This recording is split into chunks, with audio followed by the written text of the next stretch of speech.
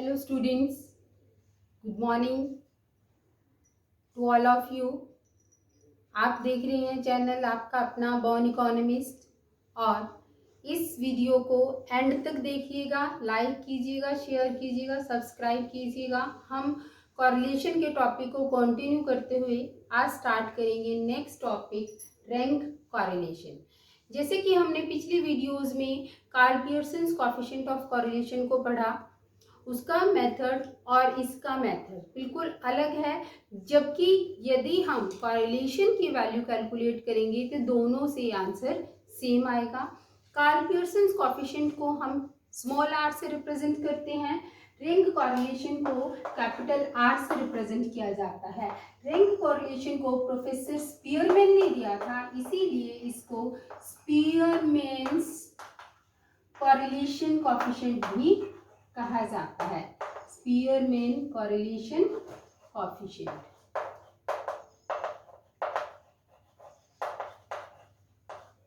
ठीक है, इसको जब हम स्टडी करते हैं तो हमारे पास तीन केसेस आते हैं। फर्स्ट केस क्या है कि when ranks are given.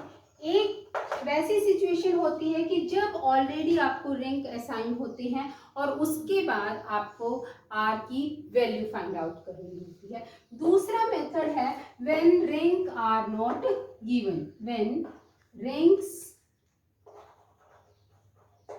Are not given. मतलब कि जैसे हमने पहले क्वेश्चंस में पढ़ा, आपको x की वैल्यू गिवन है, y की वैल्यू गिवन है, लेकिन रैंक गिवन नहीं है, तो आप पहले रैंक असाइन करेंगे और फिर उसके बाद r की वैल्यू निकालेंगे। इस वीडियो में हम यही स्टडी करेंगे कि यदि रैंक गिवन है तब हम कैसे r निकालेंगे, रैंक यदि नहीं गिवन है तब हम पहले रैंक देंगे और उसके बाद वैल्यू फाइंड आउट करेंगे। और थर्ड है when there is tie। Tie का मतलब क्या है कि जब x की दो वैल्यू सेम है या तीन वैल्यू सेम है, y की तीन वैल्यू सेम है, तब आप रैंक कैसे असाइन करेंगे। मान लीजिए आपकी क्लास में मतलब आप 3 स्टूडेंट्स हैं जिनका आउट ऑफ 20 जिनका की स्कोर बिल्कुल सेम है। अब टीचर यदि एक बच्चे को फर्स्ट निकाल दे, एक को सेकंड, एक को थर्ड, तो आपको गुस्सा आएगा ना यदि आप थर्ड निकले। यदि आपको फर्स्ट निकाला जाता है तो जो आपके दूसरे कंपेनियंस हैं उनको गुस्सा आएगा, ठीक है ना। तो ऐसे केसेस में हम किसी के साथ पार्शियलिटी नहीं कर सकते।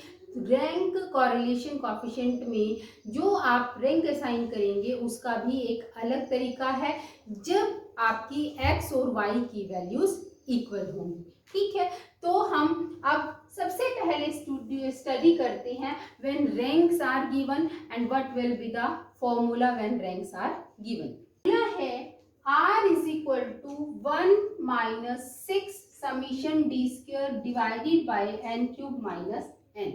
फॉर्मूले में आपको किन बातों का ध्यान रखना है। सबसे पहले 1 एक अलग टर्म है, 1 ऐसे नहीं है। बच्चे क्या करते हैं, जैसे हम कई बार चेक करते हैं, बच्चे लिखते हैं 1 फिर अपॉन समीशन c और n क्यूब माइनस n। ये बिल्कुल गलत है। ये 1 जो है इसके नीचे n क्यूब माइनस n नहीं होता, 1 अलग है, ये सारा यूनिट जो है वो अलग है। ठीक है, दूसरा क्या है कि इस फॉर्मूला को इजी बनाने के लिए हम लिख सकते हैं 1 minus 6 summation D square divided by n common ले लीजिए यहाँ से, यहाँ बच जाएगा n स्क्वायर माइनस 1। इसका क्या बेनिफिट है, इसका बेनिफिट ये है कि मान लीजिए जैसे आपकी 9 टर्म्स हैं, ठीक है, यहाँ पर यदि आप 9 का क्यूब लेंगे तो बहुत सारे बच्चों को 9 का क्यूब नहीं पता होता। अब यदि हमने यहाँ पर 9 कॉमन ले लिया तो हमारे पास 9 का स्क्वायर माइनस 1 बनेगा, और ज़्यादातर बच्चों को पता होता है कि 9 का स्क्वायर 81 है, 81 माइनस 1 दैट इज 80। तो इससे आपकी कैलकुलेशंस इजी हो जाती है, आपका टाइम सेव हो जाता है। तो ज़्यादातर फॉर्मूला ये वाला यूज़ कीजिएगा। अब यहाँ पर हम इन टर्म्स के बारे में स्टडी करते हैं। आर क्या है, आर जैसे मैंने बताया ये रैंक कॉरिलेशन कोएफिशिएंट कॉरिलेशन का इंडिकेशन है, 6 एक डिजिट है, डी क्या है? D is the difference between the ranks. जो आपको रैंक गिवन है या फिर जो आप रैंक असाइन करते हैं, दोनों का जो आप डिफरेंस निकालेंगे वो होगा आपका D, और n is the number of term. It is so simple, so easy. There is no need to calculate mean or assume mean. कुछ भी लेने की जरूरत नहीं है, सिर्फ आप रैंक असाइन करेंगे या रैंक का डिफरेंस लेंगे और उसके बाद आंसर निकालेंगे। अब हम इसका एक प्रैक्टिकल क्वेश्चन करते हैं। ये आपको स्टेटमेंट गिवन है, यहाँ पर वैसे हो सकता है 2 वैल्यूज दी हुई, हो सकता है 3। मैंने आपको 3 वाला इसलिए समझा रही हूँ ताकि कहीं पर डाउट हो तो आप इसको दोनों को ही इक्वली अंडरस्टैंड कर सकते हैं। यदि सपोज कीजिए 2 दिया हुआ है तो आप इन दोनों का डिफरेंस निकालेंगे। 3 दिया हुआ है तो आपको क्या पूछा गया है, जैसे इस क्वेश्चन में कहा गया है find are between R1 and R2, यानी कि पहले आपको रैंक कॉरिलेशन निकालना है बिटवीन R1 एंड R2। तो हम इसका D12 निकालेंगे। D12 हमने इसलिए लिखा क्योंकि हम यहाँ पर ये रिप्रेजेंट कर रहे हैं कि there is the difference between R1 and R2। इन दोनों का difference 1 minus 3 minus 2, 6 minus 5 1, 5 minus 8 minus 3, 10 minus 4 6, 3 minus 7 minus 4, 2 minus 10 minus 8, 4 minus 2 2, 9 minus 1 8, 7 minus 6 1, 8 minus 9 minus 1। Is it clear? हमने इन दोनों का डिफरेंस लिया है। This is your D12। उसके बाद हमें इसका क्या चाहिए? स्क्वायर। हम D12 का स्क्वायर ले लेंगे। ठीक है, एक छोटी सी टिप बताती हूँ, इसको इम्प्लीमेंट कर मत करना, लेकिन यदि आपका ये नेगेटिव पॉजिटिव का कहीं पर कोई रह जाता है तो इसमें बहुत ज़्यादा वरी होने की ज़रूरत नहीं है, क्योंकि स्क्वायर में नेगेटिव और पॉजिटिव की वैल्यू से कोई फर्क नहीं पड़ता। आपका आंसर जो है वो सेम ही रहेगा। तो ये 2 का स्क्वायर 4 1 9 36 16 64 4 64 1 एंड 1। जब हम इन दोनों का जो टोटल है वो लेंगे इसका स्क्वायर करके, तो वो आपका D1 स्क्वायर आ जाएगा। जैसे 10 20 30 और ये 40 4 7 8 और 6 14 14 और 6 20। ठीक, ये आपका आ गया 200। तो पहले हम फिर निकालेंगे R2 एंड R3 का डिफरेंस। तो यहाँ पर लिखेंगे D23। अब हमने डिफरेंस लिया है 2 और 3 का। -3 1 -1 -4 6 8 1 -9 1 और 2। आपको ये देख कर ऐसा लग रहा होगा जैसे बचपन याद आ गया कि 5 में से 4 घटाओ, उसमें से वो माइनस करो, उसमें से वो माइनस करो। बिल्कुल छोटी छोटी सी टर्म्स है। तो ये 9 1 1 16 36 64 1 81 1 एंड 4। इसी तरीके से हम यहाँ पर टोटल ले लेंगे समीशन D23 स्क्वायर 10 20 30 1 2 3 4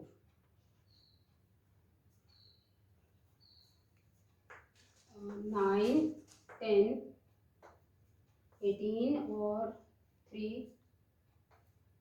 4। ये हमारा आ गया 240। हमें कैलकुलेशन मतलब इतनी ही करनी है। अब हम R1 difference rank correlation coefficient निकालेंगे बिटवीन 1 एंड 2। तो R12 यहाँ पर जब हम लिखेंगे तो 1 - 6 summation D square of R12, D square of 12, D square of 12 कितना है 200। ठीक है। अब हमारे पास नीचे का बचता है n की वैल्यू कैलकुलेट कर लो 1 2 3 4 5 6 7 8 9 10।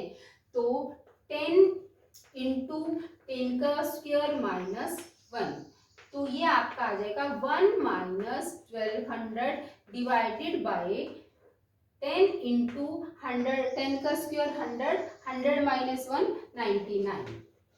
ठीक है, इसको जब हम कैलकुलेट करेंगे ये आएगा 1 माइनस 120 डिवाइडेड बाय 99, और जब हम इसको फर्दर सॉल्व करते हैं तो हमारा आंसर आ जाएगा 99 माइनस 120 डिवाइडेड बाय 99, और इसको फाइनली सॉल्व करने के बाद आंसर आएगा माइनस 0.212।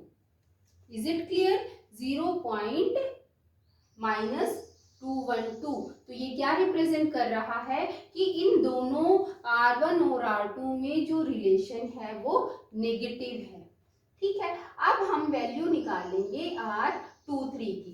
जब हम R23 की यहाँ पर वैल्यू निकालेंगे तो हमने बाकी सारी चीजें सेम रखनी है, सिर्फ यहाँ 200 की जगह हमारा हो जाएगा 214। तो यहाँ पर हमारा 214 को हम इससे मल्टीप्लाई करेंगे तो 24, 8 एंड 12।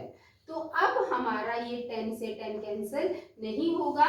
इसके बाद हम इसको फर्दर वैसे ही सॉल्व करेंगे 1 माइनस 1284 डिवाइडेड बाय 990। तो 990 एलसीएम 990 माइनस 1284 जब हम इसको इसके साथ मल्टीप्लाई करेंगे तो आपका जो यहाँ पर वैल्यू आएगी, क्योंकि ये कम है ये ज़्यादा है नेगेटिव वाला, तो ये वैल्यू भी नेगेटिव आएगी और ये आएगी 0.297।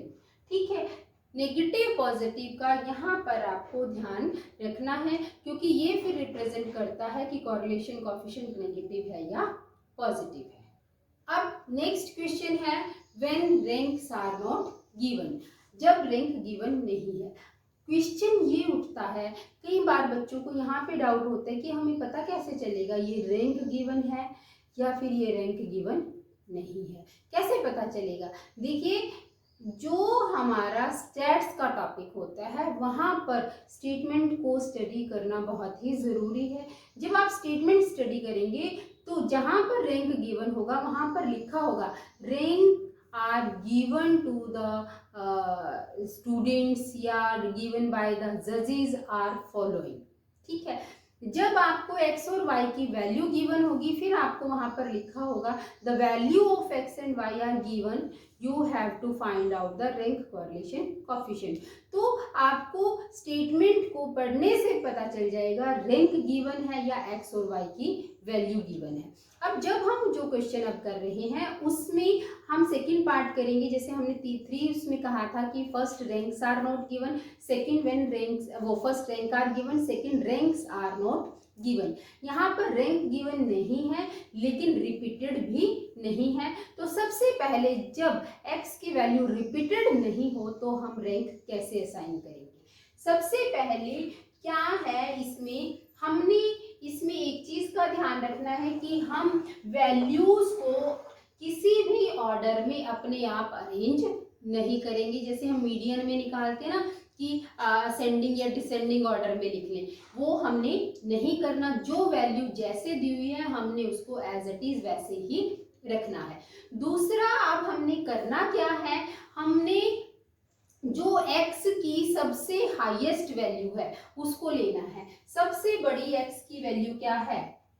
18, ये 18 है, तो 18 के सामने हम लिख देंगे 1।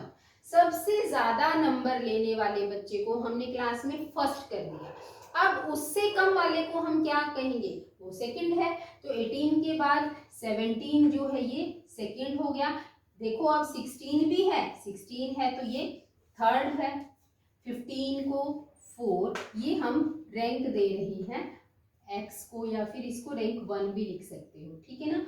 14 को हमने दे दिया 5, 13 को 6, 13 के बाद 12, 12 को हमने दे दिया 7, 8, फिर 10 को 9 और 9 को 10।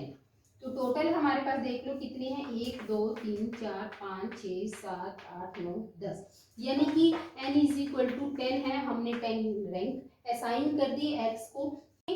y को रैंक देना है, 18 की वैल्यू हमने 1 रखी, 12 को दिया 2, 12 से छोटा अब हमारे पास 10 है, 10 को दे दिया हमने 3, 10 के बाद 9, 9 को दे दिया 4, 9 के बाद 8 नहीं है 7, 7 को दे दिया 5, 6 को 6 और 5 को 7, फिर 5 के बाद हमारे पास क्या है, देखो 4, 4 को हमने दे दिया 8, 3 को दिया 9 और 10 को दिया 2। इस तरीके से हमने रैंक असाइन कर देने हैं। उसके बाद जो हमने पहले क्वेश्चन में किया था वही प्रोसेस फॉलो करना है। हम निकालेंगे डी। डी में अब हमको 1 2 या 2 1 लिखने की जरूरत नहीं है, क्योंकि एक ही कॉमन डिफरेंस निकलना है। 3 2 minus 2 0, 5 minus 8 minus 3, 6 minus 6 0, 8 minus 5 3, 7 minus 4 3, 3 minus 7 minus 4, 1 minus 3 minus 2, 9 minus 10 minus 1, 10 minus 9 1। अब हम निकालेंगे डी का स्क्वायर। डी का स्क्वायर का मतलब क्या है कि जो आपकी ये वाली वैल्यूज हैं हमें इनका स्क्वायर करना है। 9 0 9 0 9 9 16 4 1 1।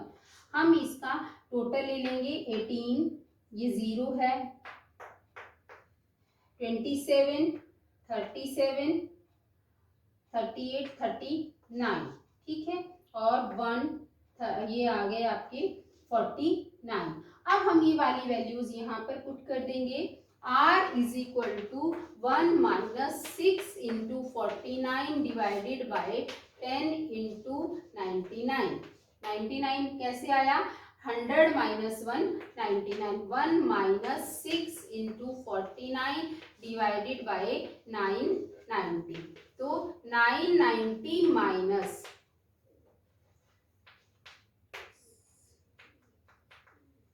29 डिवाइडेड बाई 990।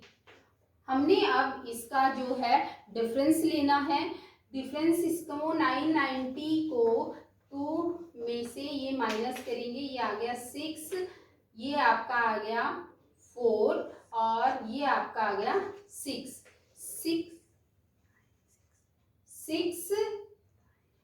994। तो ये तो ये आएगा 46 नहीं 96। जब हम 696 को 990 से डिवाइड करते हैं तो ये आएगा प्लस 0.703। तो यहाँ पर जो दो वैल्यूज हैं x और y उनमें कॉरिलेशन है 0.703 का। ये तब है जब आपको x और y गिवन है, x और y रिपीटेड नहीं है और आप अपने आप उसमें सेल्फ अपने तरीके से रैंक असाइन करते हैं। Is it clear?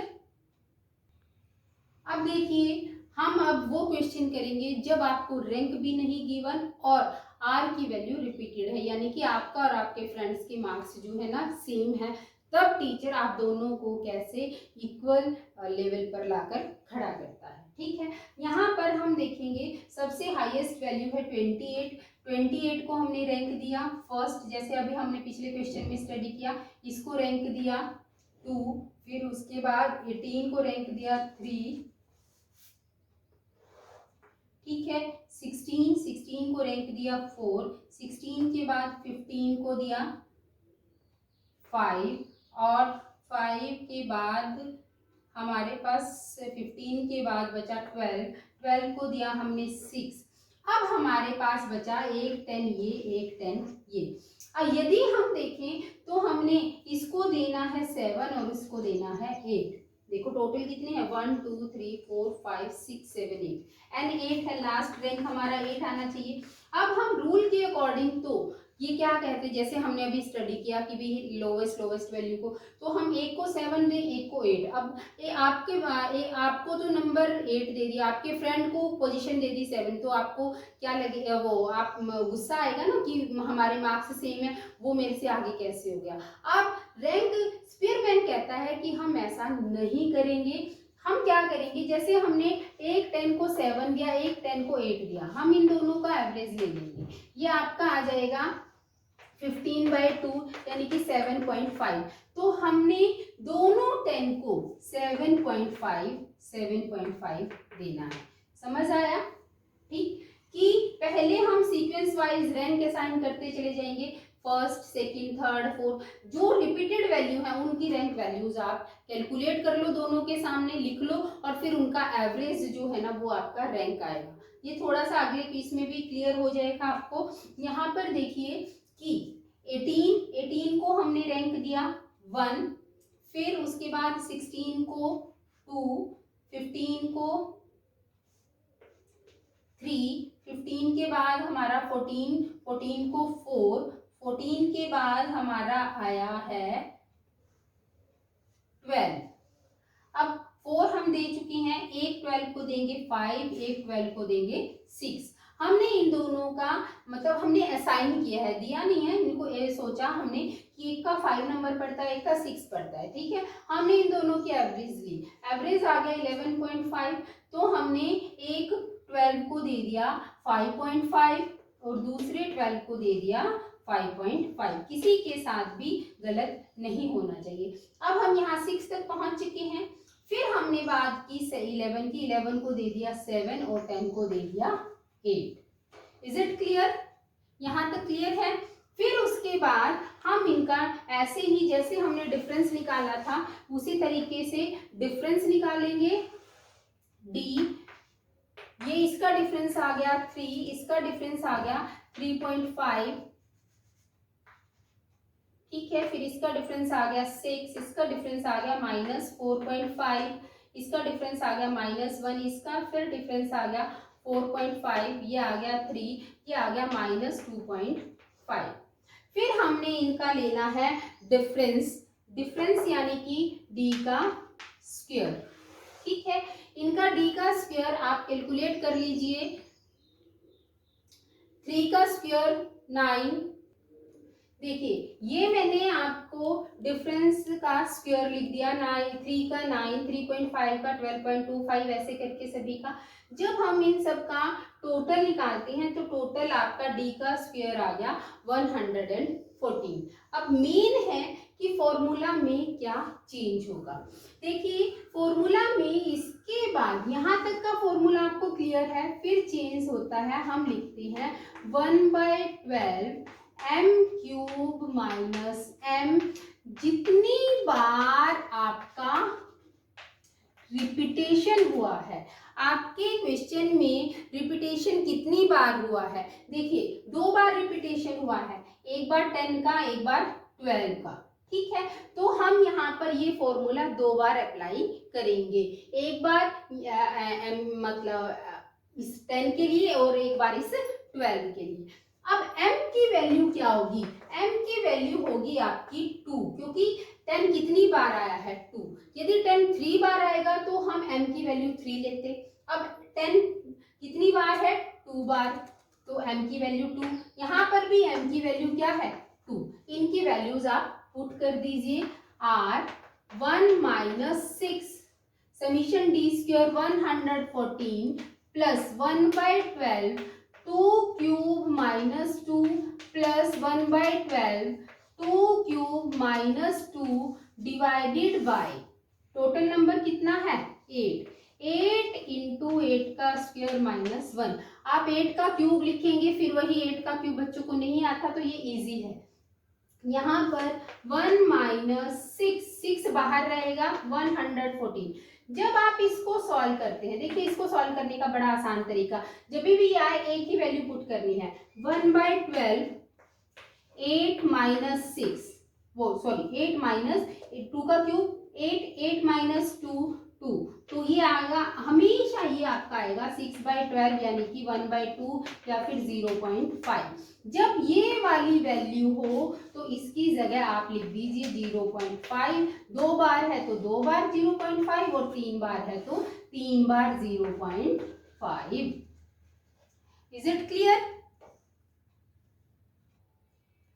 ठीक है, तो 1 माइनस 6 इंटू, अब ये 114 आधा आधा मिलके एक हो गया, ये आ गया 115 डिवाइडेड बाय 8 इंटू में 63।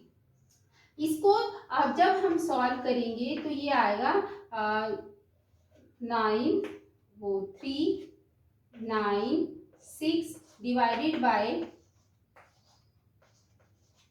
तो 504 माइनस 690 डिवाइडेड बाय 504। जब हम इसको सॉल्व करेंगे हमारा फाइनली आंसर आएगा, क्योंकि अब नेगेटिव वाले ज्यादा हैं, 690 ज्यादा है, 504 है, तो ऑब्वियसली आंसर जो है वो नेगेटिव में आएगा। आंसर होगा इसका -0.369। ये था आपका कॉरिलेशन कोएफिशिएंट के बारे में। अब मैं आपको बता रही हूं कि यदि सपोज कीजिए एक वैल्यू है, इसी क्वेश्चन में मैं आपको थोड़ा सा चेंज कर देती हूं कि यहाँ पर 12 जो है वो 3 टाइम्स हो जाता। यदि यहाँ पर 12 3 टाइम होता तो ये वाली वैल्यू जो है, जो 5.5 है, वो आपकी चेंज हो जाती। अब 12 को हमने यहाँ पर रैंक दिया था 5 6 और इसको दे देते हम 7, तब हमारा क्या होता 5 प्लस 6 प्लस 7। अब हमने इसका एवरेज लेना है तो यहाँ पर 3 से डिवाइड हो जाता, तो जो मिडल वैल्यू होगी हमेशा जब 3 टाइम्स होगा तो वो रैंक होगा। तो यहाँ पर ये भी 6, ये भी 6 और ये भी 6 हो जाएगा। ठीक है, फिर उसी तरीके से उसके बाद डिफरेंस निकालेंगे। अब फॉर्मूला में यहाँ चेंज आएगा, यहाँ पर क्या चेंज आएगा, जो हमने ये 2 बार लिखा था, अब ये आपका यहाँ पर 3³ माइनस 3 हो जाएगा, क्योंकि 12 कितनी बार आया है, 3 बार। ऐसे ही इसका डिफरेंस भी सारा चेंज हो जाएगा। ये आपने दोबारा से खुद से कैलकुलेट करना है। यदि ना समझ आए तो मुझे बताना, फिर मैं आपको दोबारा से ये वीडियो में, नेक्स्ट वीडियो में इसको रिपीट भी कर दूंगी। ठीक है, फिर उसी तरीके से अब जैसे 1/12 3³ माइनस 3, जब हम इसको सॉल्व करते हैं तो वैल्यू आएगी आपकी, देखिए क्या, 3 का क्यूब 27 माइनस 3 24, तो ये आपकी आ जाएगी 2। जहां पर हमने 0.5 लिखा था यहाँ पर हम लिखेंगे 2। इज इट क्लियर कि यदि 3 टाइम्स रिपीटेशन होगा तो हम उसको रैंक ऐसे ही देते चले जाएंगे, तीनों का एवरेज निकालेंगे। फॉर्मूला में जहां पर 2 का क्यूब किया था वहां पर हमारा 3 का क्यूब हो जाएगा। ये था आपका रैंक कॉरिलेशन कोएफिशिएंट। वीडियो को एंड तक 2-3 बार देखेंगे तब ये बहुत अच्छे से क्लियर हो जाएगा। फिर भी यदि किसी को कोई डाउट है तो कमेंट बॉक्स में मुझे कमेंट जरूर कीजिएगा, मैं नेक्स्ट वीडियो में आपके डाउट जरूर क्लियर कर दूंगी। Have a nice day. Students, आपके लिए एक और न्यूज़ है कि जो अमेज़न से हमने कुछ बुक्स जो है ना सेलेक्टेड इकोनॉमिक्स की बुक्स का लिंक डिस्क्रिप्शन बॉक्स में डाला है। जो स्टूडेंट्स इकोनॉमिक्स की बुक बाय करना चाहते हैं, कुछ बुक्स को मतलब हम स्क्रीन पर भी आपको रिप्रेजेंट कर रहे हैं, वो बुक जो है ना आप वहाँ से परचेज कर सकते हैं, आपको डिस्काउंट भी दिया जाएगा और डायरेक्ट आप लिंक को क्लिक करके बुक को ऑनलाइन परचेज कर सकते हैं।